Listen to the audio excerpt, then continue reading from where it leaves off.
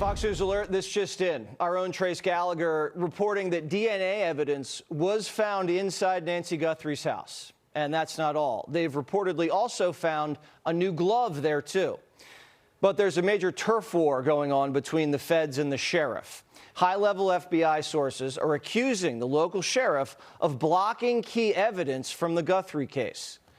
Jonathan Hunt's our chief correspondent. Jonathan. And according to our sources, Jesse, what has happened here is the FBI wanted to send DNA and a glove found inside the house to their lab at Quantico, Virginia for testing. The sheriff here, the Pima County Sheriff, insisted instead on sending it to a private lab that is based in Florida. Now, obviously, you would think that there is nowhere better in the country, never even in the world, than the FBI's lab in Quantico for that kind of testing. But I think the bigger headline than the infighting here, Jesse, is the fact that they found a glove inside the house. Now, we don't know, of course, at this point where that glove came from, but clearly they feel it was important enough to be sent away for testing along with DNA samples they found in the house. So that is the biggest thing coming out of this breaking news tonight.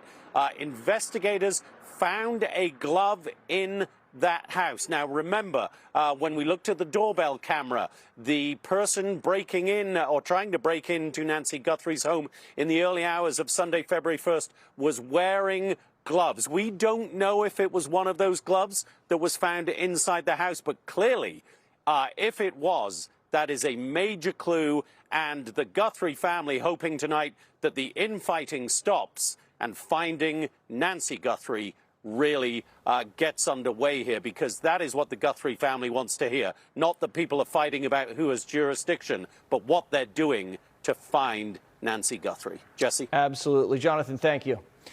Mark Lamb's the former Pinal County Sheriff. Mark, the glove, the new DNA inside the house, the type of backpack, are things starting to move?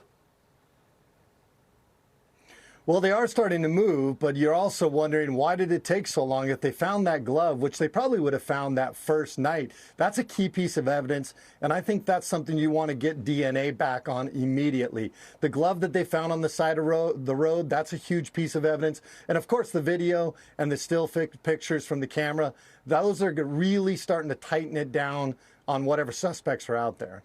And so this sheriff, I mean, he had some problems. He was doing the media tour right away, then he kind of got sidelined and zipped his lip. Today he put out a link to have the public send videos. The link was busted. Is there a lot of frustration at the sheriff? Yeah, I think there's some internal frustration. Clearly, there's some frustration existing. We're seeing it play out now on a national level between the FBI and the sheriff's office. Look, it's very different the way we run operations as opposed to how the FBI does. We work at different paces, different personnel. So there's naturally going to be a little bit of friction there. But in a case like this, you've got to come together, be on the same page. Your best chance of finding Nancy is being able to use all the resources and personnel you have. That includes our federal partners. So you've got a nose for this. What are you feeling happened here?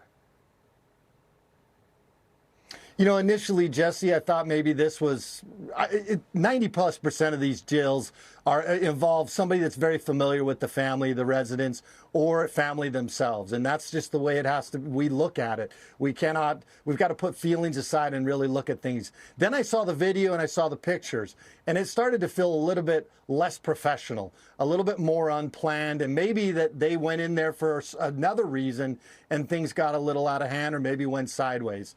And it's starting to feel like this was not a kidnapping, as more, it's looking more like a crime gone bad, and now they're trying to clean up the mess behind them and hopefully not get caught. Yeah, and you know, it looks like this guy was a little unsophisticated, but he still hasn't been caught. It's almost 2 weeks later. What's your take on this guy?